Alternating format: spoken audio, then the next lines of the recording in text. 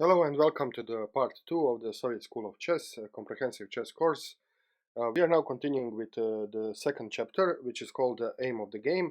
And like in the previous video, I will just show you several short games which are very instructive from several perspectives. So you will see some very famous mating patterns and also some opening traps, some tricks. And if you watch carefully and if you really think about these games, this will also show you how you should approach your openings.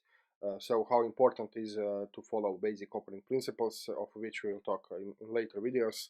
But anyway, the point is quick development, playing the center, take care of your king safety and so on. Okay, so let's begin. In the first game, white played e4, black e5, knight f3, so normal opening, knight c6, bishop c4, so far everything normal, knight to f6, okay, and now white decided to strike in the center with d4. E takes d4 was played, and now white didn't capture immediately, but rather he decided to castle, so to maybe get some initiative. Black played d6, and only now white captured with knight takes d4. Bishop e7 was played, so normal developing move. White developed his knight, knight to c3. Black castled, and now white played h3, a prophylactic move to take care of the g4 square. Black played rook to e8, so putting the rook on the semi-open file. White responded similarly, so rook to e1. And now black made a crucial mistake by playing knight to d7. So knight to d7, it's not just blocking this bishop, but also it traps the queen. So queen has no escape squares here. And in this position, white has a winning combination, and he exploited it first by sacrificing the bishop. So bishop takes f7. After king takes f7, knight e6. Now either wins the queen. So in this position, black resigned in the game because this either wins the queen, or if he takes the knight, then he will be very quickly checkmated. So queen d7 check. Only the move is king f6, and queen f5 is a checkmate. Okay, let's go to the next game. So in this game also started with e4. Black responded d6, d4, and now knight d7. So not very usual opening for black, but okay. White continued the development, so bishop c4. So notice how he put both of the pawns in the center, and now he's developing his pieces. Black responded to g6, obviously wanting to get to the bishop.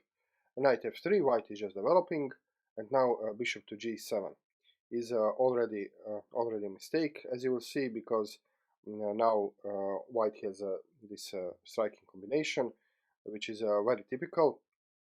Typical in the sense that you will see how this queen and this knight will be coordinated to attack the king. So bishop takes f7, it starts with bishop sacrifice, king takes f7, and now knight to g5 is check. And in this position, black resigned because whatever black does, it will be fatal for him. So, for example, if he just goes king to e8, then knight to e6 now just captures the queen because queen has no escape squares. So he's locking his queen up. So what other possibilities are here? So he can try to retreat to f8, but again, knight e6 is now fork. So check and winning the queen in the next move. Or the last possibility is king to f6, but then just queen f3 is a checkmate. So this is why black resigned immediately after knight g5. So this is very typical coordination of queen and knight to deliver checkmate. Okay, let's go to the next game. This game will be played from the black's perspective. So it started e4, e5, knight f3, knight c6. So far so good. Bishop c4, and now knight to d4 is played, which is not a good move, not a good thing to do, to move your piece twice. But black is here setting up a trap, hoping that white will fall for the trap, and he did. So he played knight takes e5. He fell for a trap, and now a great move, queen to g5. So you can see that queen is now hitting both g2 pawn and this undefended knight here. And white continued to be greedy, so he played knight takes f7, which is not a good move, because as the game shows, first queen takes g2 was played, hitting the rook. Rook went to f1, and then queen took e4. This is very thematic, so taking this pawn and then taking e4, and after bishop blocked the check, knight can deliver checkmate because this bishop is pinned. So this is a short game. Here white could still just so he took the pawn. He could have well, maybe played this better. He could have taken with bishop. So bishop takes f7, and here after queen to d8, well, white can at least continue the game. Okay, let's go to the next example. So now again from the white perspective, e4 e6 is played, d4 d5. So we have French defense. Knight to c3 is played here, and now bishop to b4, pinning the knight.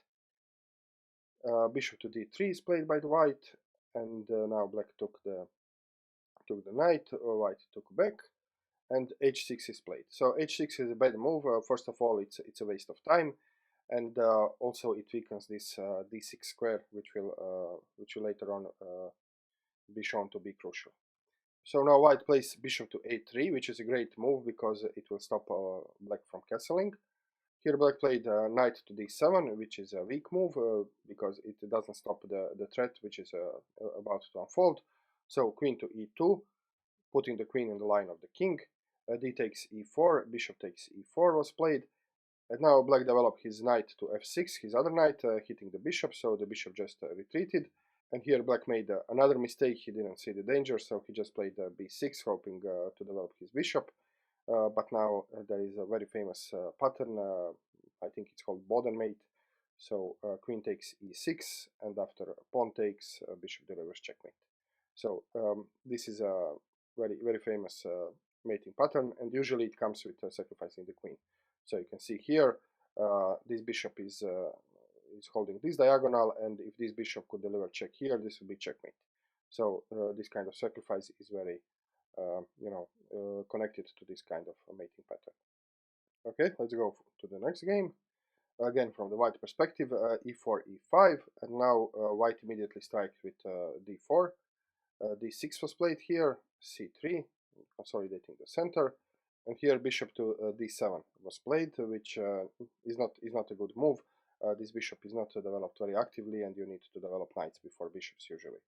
So bishop to c4 is played, and now knight to f6, giving white some nice opportunities. So here white played queen to b3, simultaneously attacking both b7 and f7 pawn. So black responded by playing queen to e7, defending at least f7 pawn. Queen now took the b7 pawn, and bishop to c6 was played, hoping that he will somehow trap the queen, and also the only move which can protect the rook. But now white can sneak in, so queen to c8 was played with a check. The only way to block the check is with the queen. But now you have this typical removing of the guard sacrifices, so sacrificing the bishop on f7, and now if black takes the bishop, then the queen will fall. So this is why black played king to e7, but now it's just queen to e6 checkmate. If you watched the previous video, we already met this mating pattern. But if we go back for a moment, in fact, in this position, black could still save the game. So if black took the bishop here, then, like I said, the queen will fall, but there is a follow-up move, and this is knight to a6, attacking the queen. The queen is now trapped. Queen has to take the rook, and after bishop takes queen, black is now 2 pawns down, but he's still in the game. So even if in this kind of situations, like if you go back here, you should calculate all the possibilities to the end. Maybe it looks like the game over, but maybe it's not. Okay, let's go to the next example. Here we're going to play as white, so e4, and now d5 is played, the Scandinavian defense, which is now very popular, and they just go to the main line. Queen takes d5, queen takes d5, knight c3, hitting the queen, queen goes to a5, d4 is played, so all typical moves for the Scandinavian, c6, knight f3, bishop to g4, bishop to f4, e6, so this structure is very thematic for the Scandinavian defense. And now h3 is played, putting the question mark on the bishop. So classical recommendation is to just retreat the bishop here, but in many modern lines this move is played. Bishop takes f3, just giving up the light square bishop. This is played in the game. So queen takes f3. Black now develops his bishop to b4, pinning the knight, and white develops his bishop to e2. And now black played another developing move, a knight to d7, and white played a3, trying to get some reaction from the bishop, although in principle he cannot take the bishop because this rook is then hanging, so this is not a real threat. But now black did a major mistake and he just castled long. And now if you remember one of the previous examples, we talked about Smothered Mate, so again you have the same pattern. So this bishop is covering these two squares, and if this bishop could deliver check on this diagonal, then it would be a checkmate. So I also said that there is a typical queen sacrifice to achieve this. So if a queen takes this pawn, pawn takes, and now this would be a checkmate, if there is no queen here. So here for the first time we introduce the concept of the plan. So white's plan here is first to get rid of b7 pawn, and this is done by this sacrifice. But in order for the whole combination to work, he has to get rid of this queen. So this is the plan white goes for now. So he played a takes b4, hoping that he will distract the queen, and indeed he did. So queen takes a1 with a check, and now white moves away his king, and now the other rook is hanging. So black was greedy and he took the another rook, but now you can see that the goal is achieved. So this queen is no longer here, and there is then this just this pattern. So check, removing this b7 pawn, and this is checkmate. A very beautiful, very famous game, and very nice checkmate and very nice combination. Okay, let's go to the next game. Again we play as white, so e4, e5 is played, knight f3, d6, bishop c4, so all normal developing moves, bishop to g4, pinning the knight, h3, putting the question mark on the bishop, and now bishop just took the knight, which is not a good move. First of all, you are giving your bishop for the knight for no good reason. You are giving up your bishop pair, you are wasting time, you're playing with the same piece twice, and also you allow white to develop, you help white's development, so not a good move. Queen takes f3 here, and now queen f6 is played. Black was hoping that white will take the bishop and he will be able to develop with the tempo. But here you maybe already recognize the pattern. So when the queen is on f3, the queen loves to go to the b3, because now you have this double attack on b7 and f7, very famous double attack, known also by in the opera game by Paul Morphy and in many other games. So here black decides to save this b pawn, so he plays b6. Okay, white continues development, knight to c3, knight to e7 is played now. Black is also developing, and now knight to b5. Knight to b5 also makes this very thematic threat. So if knight takes c7, it will be fork, and he will win the exchange, maybe even the whole rook. So in order to stop this, black played knight to a6, now protecting the pawn. Much better defense, as the rest of the game will show, would be just to play king to d8 and allow white just to take this pawn, and he will be pawn down, but black will be able to continue the game.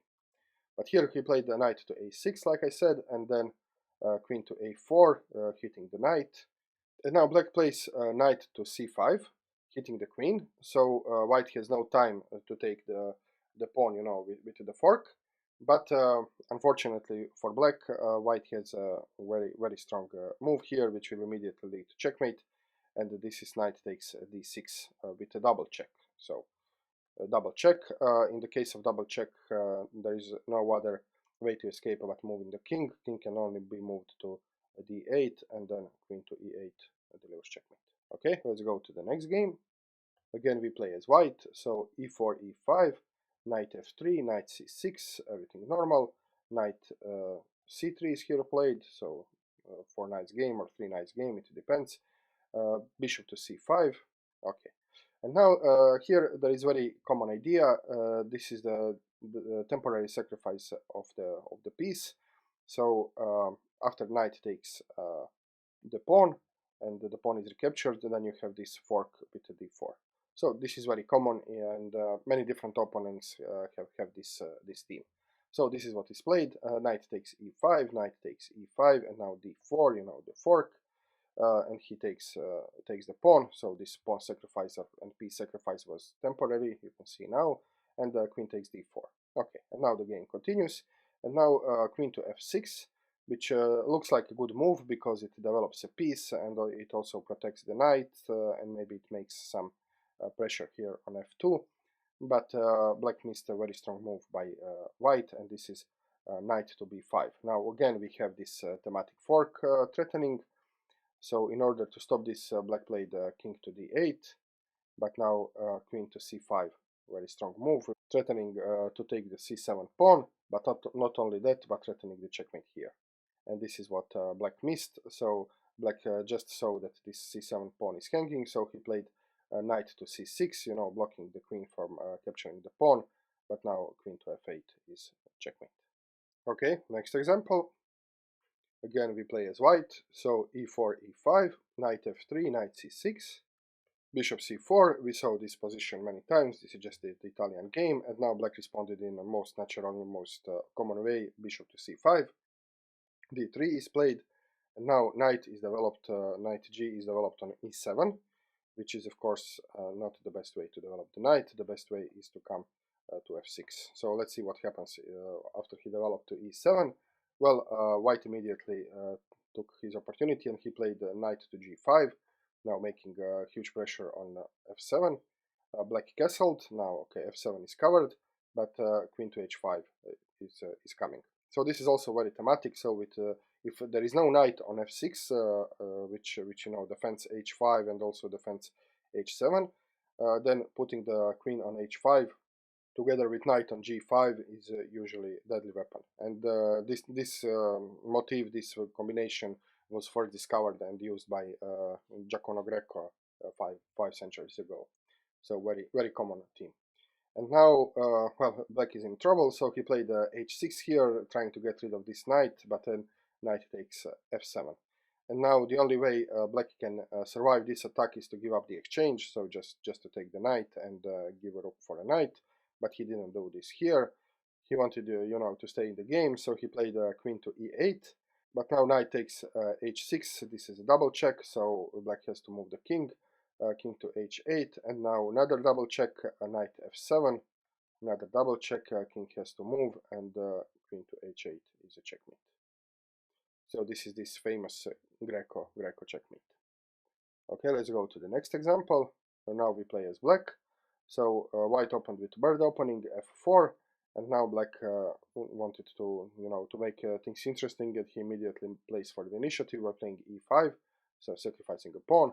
F takes c5, black now offers another pawn, d6, so e takes d6, and now black takes with the bishop, developing his piece, and already with the threat. So the threat here is queen to h4, and if the check is blocked, then you can just sacrifice the queen and deliver checkmate, like we saw in the previous video. So this pattern, this is a threat. Let's say he makes some random move, so check.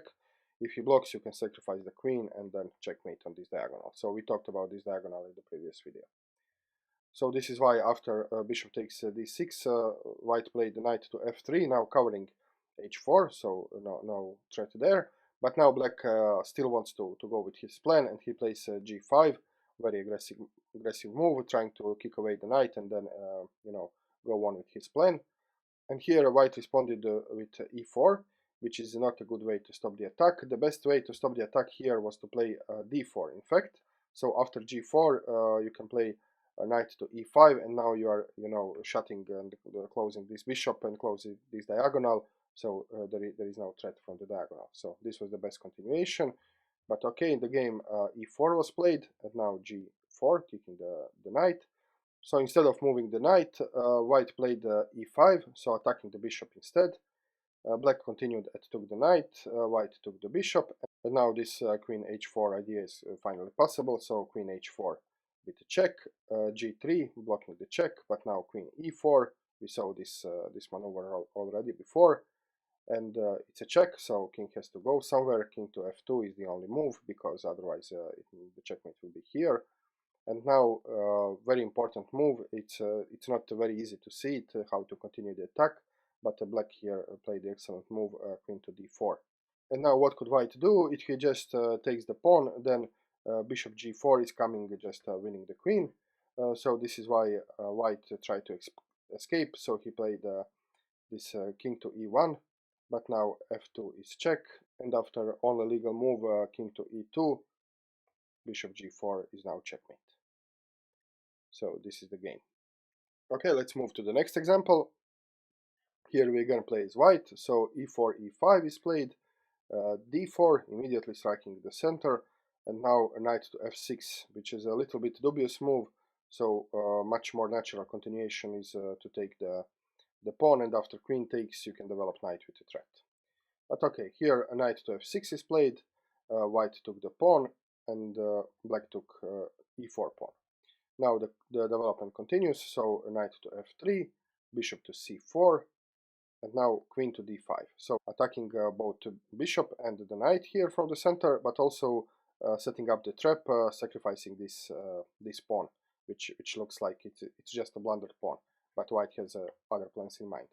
So after a knight takes f2 here, threatening now to take the rook, white just goes on and continues his development. He doesn't care about materials, he cares about making threats, so the threat is to play here with a checkmate.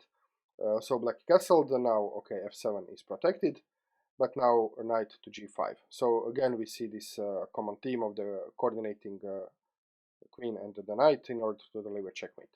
Black didn't see the danger, so he just went on and he was greedy, just taking the rook. But now knight takes f7, threatening this counter check, and this cannot be taken because the queen will just come in. So here black played c6, wanting to kick away the queen, but the problem is that white now has double check. So if knight to h6, now he doesn't have time, to take the queen, because there is this double check, so he has to move the king, and after he moves the king, we come to the very famous Smothered Mate, so sacrificing the queen here. He has to take with the rook, because the knight is protecting the queen, so after he takes with the rook, this is a famous Smothered Mate. By the way, here in this position, black could still be in the game if he would just play queen to h4 with a check, and now after g3, bishop f2 check. So this is how maybe black could remain in the game.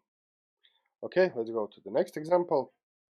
Now we play as black, so e4 is played, met by e6, d4, d5, e5, advanced French, and now knight c6 is played here, which is not recommended move. So if you play the French, you know that you should play here c5, just fighting for the space, for some kind of initiative, central control, and so on. Otherwise it will be cramped. So this is not a good move, knight to c6, but it was played the game. f4 is played, and now knight g to e7. Of course, knight cannot be developed on f6 because there is this pawn here. So white continues c3, and here you can already notice that white is making too many pawn moves, and he will be very soon punished for this. Here black played knight to f5, which is a logical move. So in French you need 2 moves to develop your knight, and then now the bishop is free to go. And white here responded by bishop to d3, probably wanting to kick away this knight. But now black begins a striking sequence of moves. So first of all, queen to h4 check, and white responded with queen to d2. And there is nothing much better white could have done here, because if he played, for example, king to e2, then a knight to g3 is check, and he cannot take because the rook will fall.